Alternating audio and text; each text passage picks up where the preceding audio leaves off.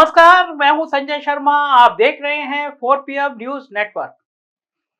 Political बातें और अंबानी भैया और अडानी भैया आए नहीं तो मजा ही नहीं आता। कहानी इनकी जितनी आप जिन खोई है तिन पाई है, जितना आप खोजेंगे उतनी नई नई कहानी निकलती है।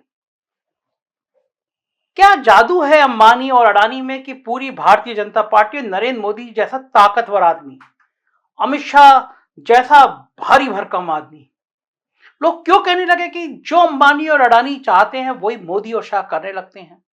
जादू क्या है? अंबानी में क्या जादू है? अडानी में क्या जादू है? और वो जो पार्टी कहती थी कि पार्टी बड़ी व्यक्ति छोटा, उसको क्या क्या जादू कर दिया कि अंबानी अडानी बड़े और पार्टी छोटी।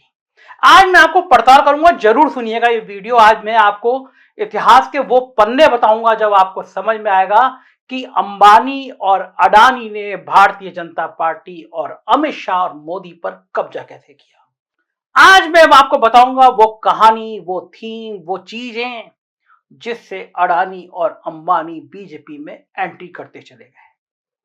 गुजारिश कर रहा हूं पूरा सुनिएगा वीडियो, तो कई सारी महत्वपूर्ण जानकारी आज आपको मिलेंगी, इस वीडियो में मिलेंगी। और मैं कहता हूं ना कि जो कहानी आपको 4PM में मिलती है, गोदी मीडिया नहीं दिखा पाएगा वो कहानियां।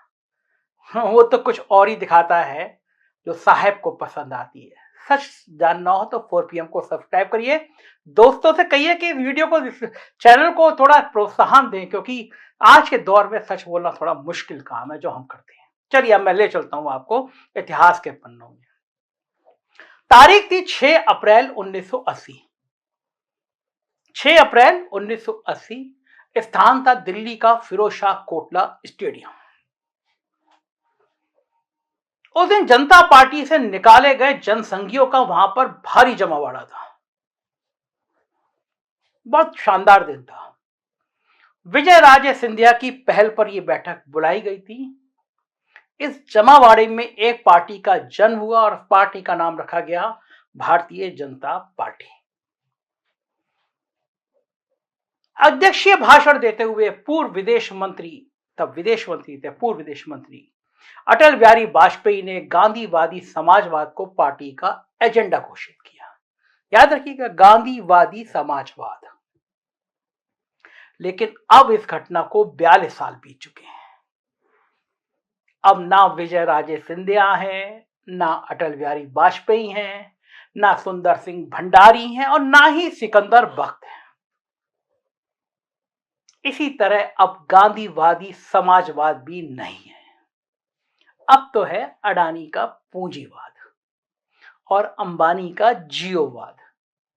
अंबानी और अडानी की चकाचौंध में अटल जी के गांधीवादी समाजवाद को भी आज के भारतीय जनता पार्टी के मार्गदर्शक मंडल ने मानो भेज दिया गया है, बिल्कुल आडवाणी, मुरली मनोहर जोशी और शांता कुमार की तरह। लेकिन बड़ा सवाल यह है कि 42 साल बीतते बीतते ये नौबत कैसे आ गई कि चाल, चरित्र और चेहरे की बात करने वाली पार्टी अडानियों, अंबानियों और मोदियों, गलत मत लीजिएगा, मैं अपने नरेंद्र जी की बात नहीं कर रहा। नरेंद्र भाई मोदी तो ताकतवर आदमी है, दुनिया में ब्रांडिंग की। भाई मोदियों का जिक्र है मेरा तो वो है नीरव मोदी, ललित मोदी, इस टाइप के मोदियों। इन सब की पार्टी में कैसे बदल गई भाजपा, आइए आज इसकी पड़ताल करते हैं।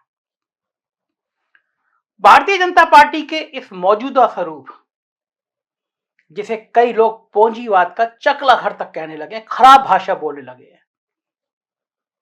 लोग अक्सर इसके लिए नरेंद्र मोदी और अमित शाह जी को दोष देते हैं, लेकिन यह बात पूरी तरह सच नहीं है। और मैं ये क्यों कह रहा हूं, ये समझने के लिए चलिए फिर 2 दशक पीछे चलते हैं।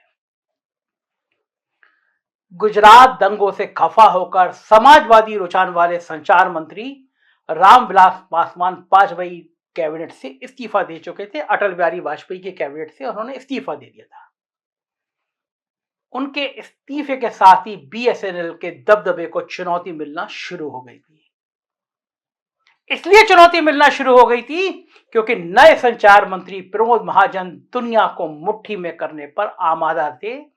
जी हां, प्रमोद महाजन ने दुनिया ऐसी मुट्ठी में करनी शुरू की कि अनिल अंबानी ने कर लो दुनिया मुट्ठी में इस टैगलाइन के साथ बड़े धूम धड़ाके के साथ टेलीकॉम सेक्टर में उतरने का फैसला किया।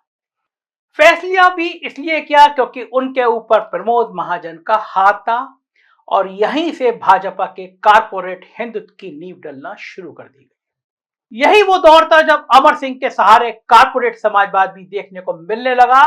हद तो तब हो गई जब 11 अक्टूबर को देश के बड़े बड़े नेता, चाहे वो समाजवादी हो या जनसंघी, जेपी का जन्मदिन मनाने की बजाय अमिताभ बच्चन का जन्मदिन मनाने में लग गए, डांस करने लगे, गाना गाने लगे, भूल गए समाजवाद। इसके बाद 2004 से 2014 तक एक ऐसा दौर रहा जब वामपंथियों के दबाव में मनमोहन सिंह के नेतृत्व में आर्थिक सुधारों की जनवादी चेहरे के साथ रीपैकेजिंग की गई और इस रीपैकेजिंग ने देश की अर्थव्यवस्था को वो रफ्तार दी जिसकी कल्पना अंतरराष्ट्रीय स्तर पर भी शायद किसी ने नहीं की थी। 2009 में दुनिया मंदी से डूब गई थी, परेशान थी, हम निकल गए। जबरदस्त इकोनॉमिक बूम के बीच मनरेगा, 6 पे कमीशन, आरटीआई, भारत निर्माण जैसी स्कीम ने देश का चेहरा बदल कर रख दिया।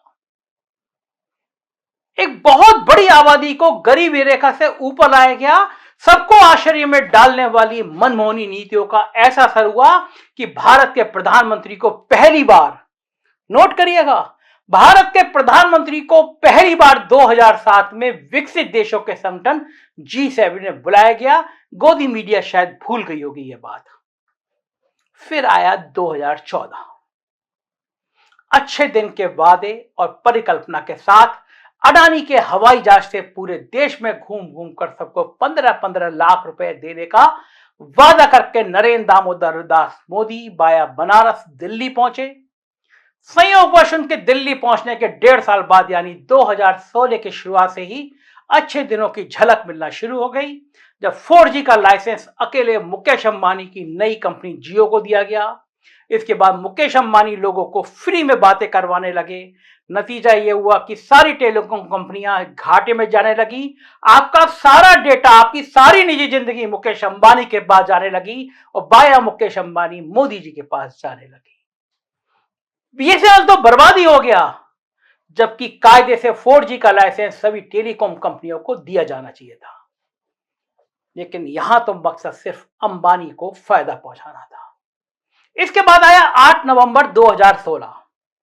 रात के 8 बजे अचानक प्रधानमंत्री जी टीवी पर आए और 500 और 1000 के नोटों के रूप में मौजूदा देश की 87% करेंसी वैल्यू के नोट रद्दी के कागज में बदल दिए गए। इसे काले धन पकड़ने का नाम दिया गया। कहा गया कि पूरे देश से काला धन पकड़ लिया जाएगा, इतिहास बन जाएगा, भारत चमक जाएगा, सोने की चिड़िया बन जाएगा। और कहा गया कि 50 दिन बाद अगर काला धन कहीं मिले, इस सूरत में देश के किसी भी चौराहे पर मैं सजा भुगतने को तैयार हूं, ऐसा माननीय प्रधानमंत्री जी ने आह्वान किया था। काला धन तो नहीं मिला। आपने देखा होगा कुछ दिनों 3 दिन पहले कैसे सैकड़ों करोड़ रुपए काला धन के रूप में फिर मिल रहे हैं। लेकिन 6 साल बीतने के बावजूद भी लोग उस चौराहे को नहीं ढूंढ पाए जहां की जनता का जवाब देने का वादा प्रधानमंत्री जी ने किया था। अब बात अडानी साहब की। 26 मई 2014 को जब नरेंद्र मोदी जी ने प्रधानमंत्री पद की शपथ ली, उस वक्त तक इनकी कुल संपत्ति केवल 39,000 करोड़ रुपए थी। लेकिन 8 साल बीतते बीतते अडानी साहब दुनिया में तीसरे नंबर के रईस बन चुके हैं। दूसरी तरफ इन्हीं 8 सालों में देश की 82 करोड़ जनसंख्या 5 किलो राशन की सरकारी रेवड़ी पर पेट काटने को मजबूर हो गई। आज अडानी के पास पैसा है, बैंक बैलेंस है, नहीं बैंक ही नहीं, पोर्ट है, एयरपोर्ट है, रेलवे स्टेशन है, कोयला है, गैस है, अनाज है और अनाज रखने के लिए बड़े बड़े गोदाम हैं जिन्हें किसानों से कौड़ियों के भाव खरीदा गया और किसानों से कौड़ियों के भाव तो सेब भी खरीदा गया और बहुत कुछ है। लेकिन ये सब क्यों है? क्योंकि उनके पास मोदी है, उनके पास शाह है, उनके जेब में 303 सांसदों वाली पार्टी है और पार्टी के पास देश है। पीएम और भाजपा शासित राज्यों के सीएमओ में चीफ मिनिस्टर के ऑफिस में उनके पसंदीदा ऑफिसर हैं जो उनके लिए नियम कायदे ताक पे रख देते हैं।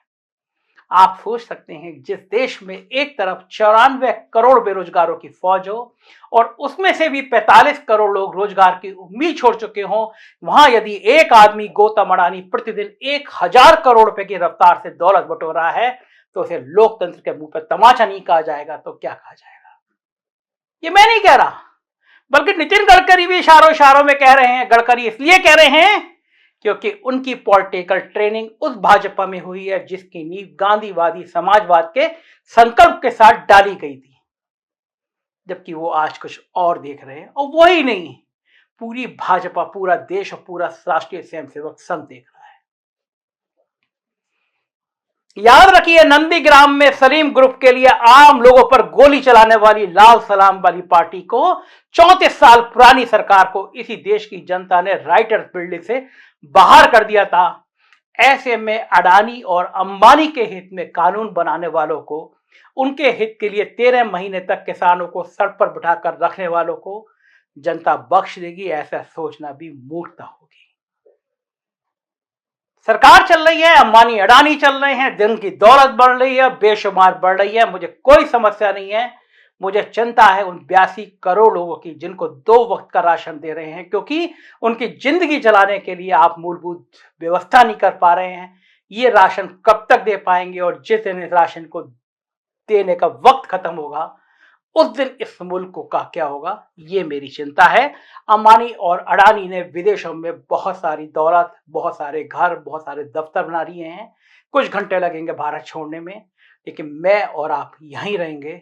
ईश्वर करे हमारा देश सुरक्षित रहे, ताकतवर रहे। शुक्रिया इस वीडियो को देखने के लिए। Thank you.